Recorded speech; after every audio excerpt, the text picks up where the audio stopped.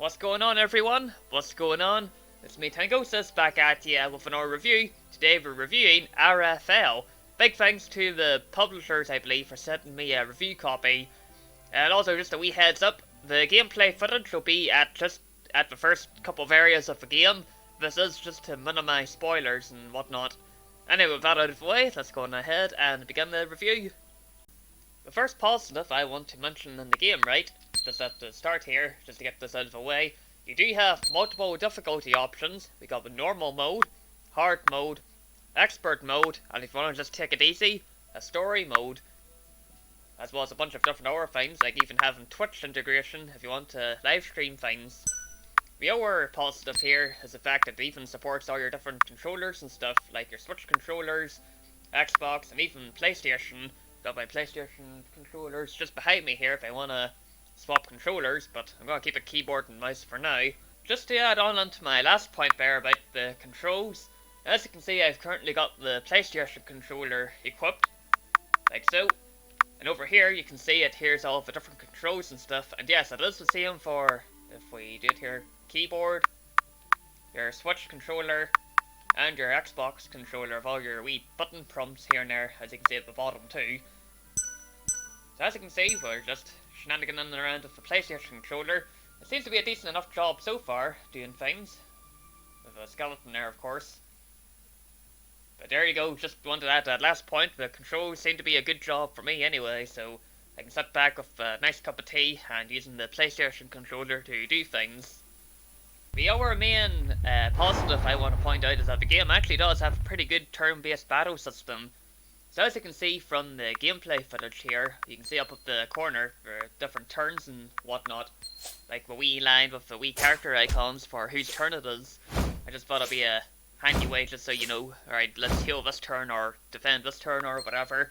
There's also of course your different leveling up options, as you'll see in a wee moment, I believe.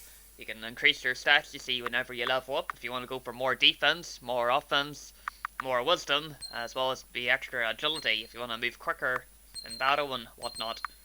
There's also the different abilities. Now, one of the main abilities I will point out just right now, it might save your bottom down the line, you will want to use the scouting ability to uncover your enemies, like health and whatnot, as well as getting the extra 5% bonus if you use your wee girl to use your attacks and stuff on it.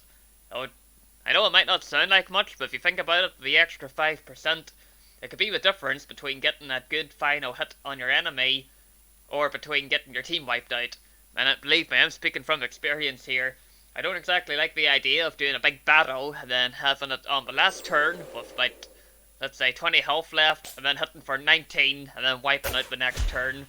Believe me lads, it is quite a kicker, so for the sake of your sanity, as well as to just, well, I suppose common sense really, I guess you could say that, but believe me, you'll want to scan your enemies and scout them and get the health shown and stuff like that, as well as that 5% damage bonus I was on about. So, yeah, there we go. The other positive I want to mention is that they did a good job on the character sprites, as well as the facial expressions for the wee dialogue options. Like, I just think they did a good job of that. I just wanted to point that out before we hop on to the negatives. The only main negative that I have to say is that the game, you see, the one I played for the review copy, seems to be the enhanced edition, at least from what I could tell, going by the forum post of all the features and whatnot. Although it doesn't actually say up here at the top, Ara Fell Enhanced Edition, just Ara Fell. Same here with the actual main menu, where it says Ara Fell, but doesn't say Enhanced Edition.